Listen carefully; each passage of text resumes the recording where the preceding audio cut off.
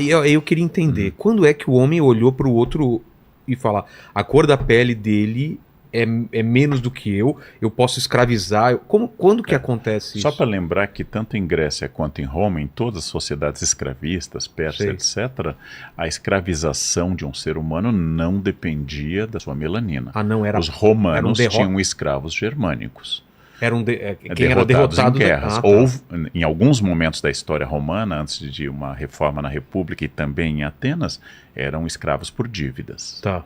Ou seja, você não conseguiu pagar e Você você vai oferecer filhos ou ter que ser escravizado. Para pagar essa Pra dívida. pagar. Mas geralmente em Roma, a escravização deriva de uma derrota em guerra.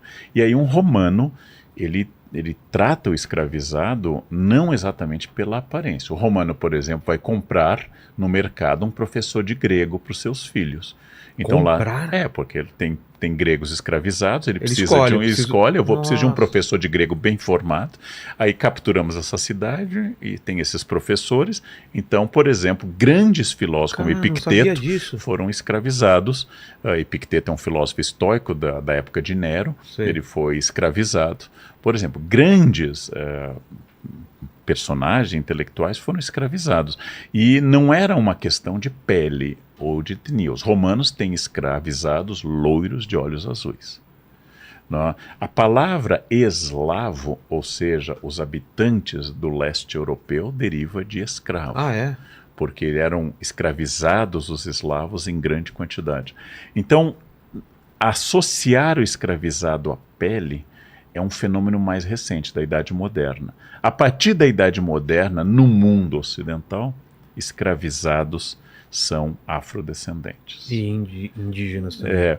O indígena foi escravizado desde o início, mas o indígena tem uma questão. Quando se inventa que o indígena é preguiçoso, é uma justificativa porque o indígena não dá o lucro que o africano dá, porque não tem o comércio de tráfico. O tráfico de seres humanos é a maior fonte de renda da colônia. O tráfico, as maiores fortunas da colônia não são os donos de engenho, Ah, é? são os traficantes. Quando você olha aqueles casarões do Pelourinho, Sei. na Bahia, restaurados, ali moravam traficantes. Os caras, o que é a droga hoje, os traficantes de droga... O traficante é o grande milionário do período Caramba. colonial, e claro que há ricos das minas, há ricos também de grandes fazendas, mas o traficante de escravos é inclusive o emprestador de dinheiro, é o capital financeiro do período colonial. Até 1850, até o fim forçado do tráfico, eles são uma grande fonte de renda. Então, os indígenas não constituem essa rede internacional. Os indígenas são próprios de áreas pobres, como Maranhão e São Paulo, que não podendo comprar escravizados por isso, então. africanos, áreas pobres, São Sei. Paulo e Maranhão, vão ter muita escravização indígena. Mas por que a opção da África, por exemplo, como polo de... Bom, aí é uma questão que o Laurentino Gomes explica melhor do que eu possa explicar nos seus sempre recomendáveis volumes de divulgação dessa ideia. A partir do momento que o Estado europeu precisa de braços no novo mundo, ele está conquistando portos na África de exportação de seres humanos. A escravização existe na África há bastante tempo. Ela é uma instituição, inclusive, só que, graças à presença europeia, ela se torna uma máquina produtora. Mas antes dos europeus Já eram existia. derrotados Tem várias origens. Por exemplo, tribo derrotava outra e escravizava, exatamente. Tem ou simplesmente de caçadores Tá. que iam ao interior e pegavam outros grupos. Ou em sociedades islâmicas onde a escravidão sobrevive até o século XX. Ah, é? Nós temos escravizados no mundo islâmico até o século XX. Ele continuou... Continuou, depois... porque era uma instituição cultural prevista e faz parte desse sistema. Agora, a partir da Europa, o que acontece é que esse sistema se torna um sistema definidor de todo o continente. Entendi. É como se agora eu pudesse dizer assim, sempre houve consumidores de drogas no Brasil, mas de repente chega a figura do traficante e este vai reorganizar a economia, a força política. em torno do comércio atlântico de escravizados. E todo mundo ganhou, né? Todo mundo ganhou. Alguns países que foram grandes traficantes, como Inglaterra e Holanda, por vários motivos que daria outro programa, foram abandonando isto. Aliás, assista um programa que a gente fez sobre escravização aqui no Brasil, que a gente fala muito sobre isso. E esses países foram abandonando, a Holanda e a Inglaterra. E outros, como Portugal, Portugal é um grande escravizador de comunidades. E os navios com brasileiros ou portugueses, eles iam e voltavam.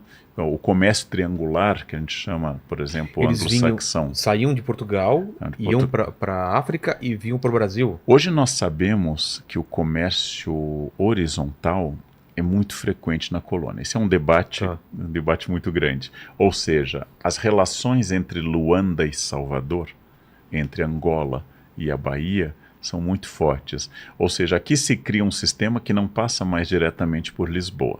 Já é direto? Quando os holandeses conquistam o Nordeste, primeira tentativa, tomam Salvador e depois são expulsos de lá, quando voltam em 1630, os holandeses têm uma visão muito prática do mundo. Conquistam grande parte do Nordeste, do norte da Bahia, até quase o que hoje é Maranhão e Ceará, os holandeses conquistaram. Toda a região açucareira de Pernambuco. Eles perceberam uma coisa: isso aqui não vale nada se nós não conquistarmos Angola. Sério? E aí os holandeses mandam uma frota para Angola. Para dominar o tráfico. Dominar o tráfico. Porque não existe Brasil, como diz o padre Antonil num documento do século XVIII, o escravo, ele usava a expressão que hoje nós não usamos mais, o escravo constitui nas mãos e nos pés do senhor de engenho.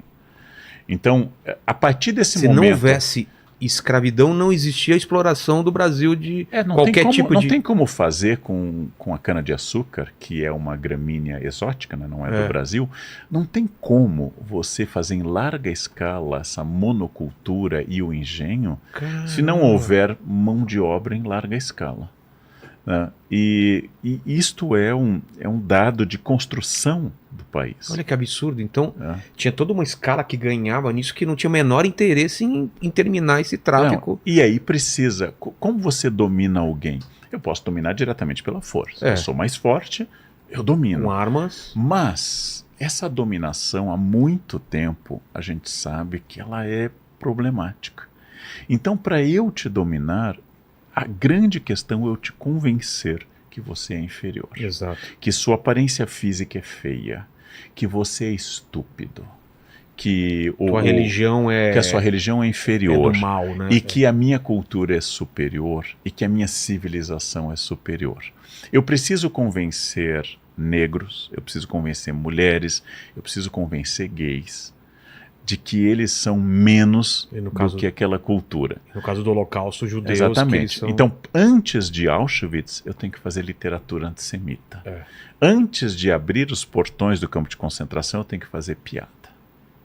Eu tenho que falar... representado como ratos, né? Exatamente. Como fez um filme de divulgação do ministro do nazismo Goebbels, que fez essa associação. Antes de você inaugurar o horror da Shoah, do Holocausto, você precisa produzir discursos, precisa produzir práticas simbólicas para controlar. Porque não é natural um humano dominar outro e tá tudo bem. Ele tem que ser convencido. Eu vou dizer uma coisa que vai perturbar alguns colegas professores.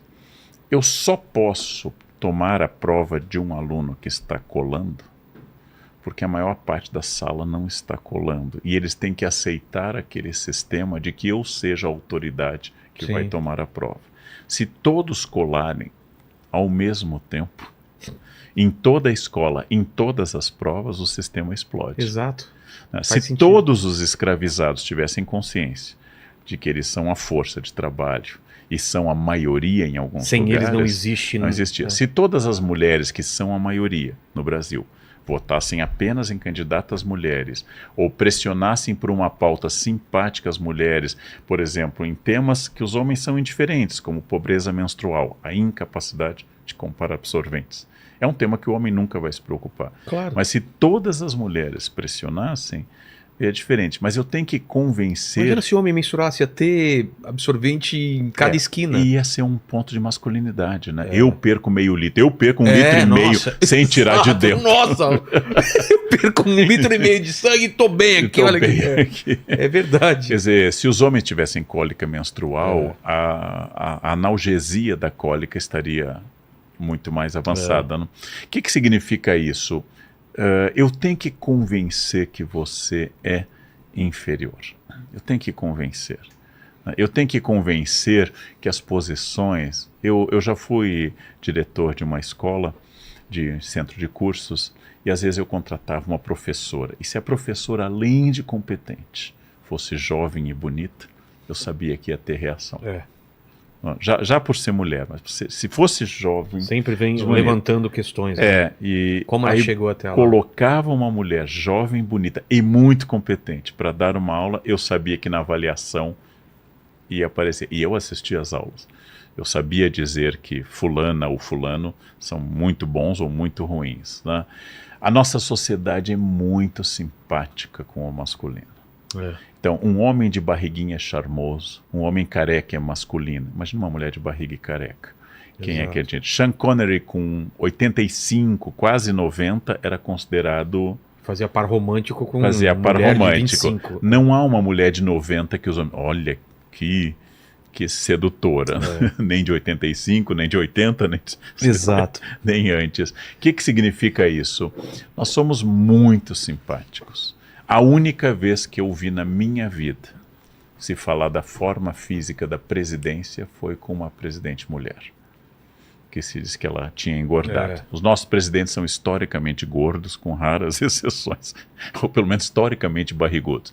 Mas a única vez que alguém disse que estava fora de forma, que parecia gorda, etc., foi com uma mulher. Ou com a Marina, que é muito magra também. Né? Exato, que eu estou falando, por enquanto, só da presidência. Né? Então, essas questões, elas estão diluídas na nossa cultura. Então, não é que eu acho que seja totalmente inadmissível entender. A minha função não é justificar. A minha função é entender como se constrói o preconceito, como a gente ensina as pessoas a serem preconceituosas desde a infância, ao dizer, menino não chora. Como a gente educa pessoas para o preconceito e como a gente vai determinando e vendo como naturais, só para lhe dar um exemplo, até o século XIX, a roupa masculina de bebê é o cor-de-rosa. E aí passa a ser o azul. E aí a gente acha, por exemplo, até o século XIX, todas as noivas casam com a melhor roupa que elas têm. Sim. E não com uma roupa branca. Provavelmente a Rainha Vitória na Europa, nós temos um caso no Brasil também, é a primeira noiva a se casar de branco. Por quê? Quando ela se casa com o príncipe Albert, ela é muito baixa e tem um problema de segurança. Então ela tem que usar uma roupa que ninguém esteja usando. Para ser vista pela segurança, que é o branco. É por isso? E graças a isso, Vitória se casou com o príncipe Albert de branco. A partir daí, se a rainha se casou de branco, vamos nos casar de branco, passa a ser o símbolo da pureza, da virgindade. E você diz, não, sempre foi assim, noiva de branco. Na China, o branco é luto, o vermelho é a cor da vida. Os indianos enterram, os indianos hindus cremam seus corpos dos mortos com os homens vestindo branco. O filho mais velho rapa a cabeça, veste branco. Mulher não vai à cremação, porque ela vai chorar e o espírito vai ficar perturbado. Mais uma constituição. Quando se faz a cremação, por exemplo, em Varanasi, à beira do rio Ganges, naqueles ghats, naqueles portões finais, está o filho mais velho com a cabeça rapada e vestido de branco. É a cor da morte. Quando você perde o sangue e a vida, você fica de branco. Então ele vai botar branco, que é o símbolo do luto.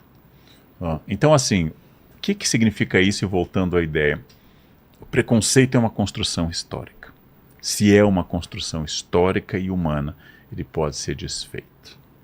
Se a gente passar a pensar numa postura antipreconceituosa.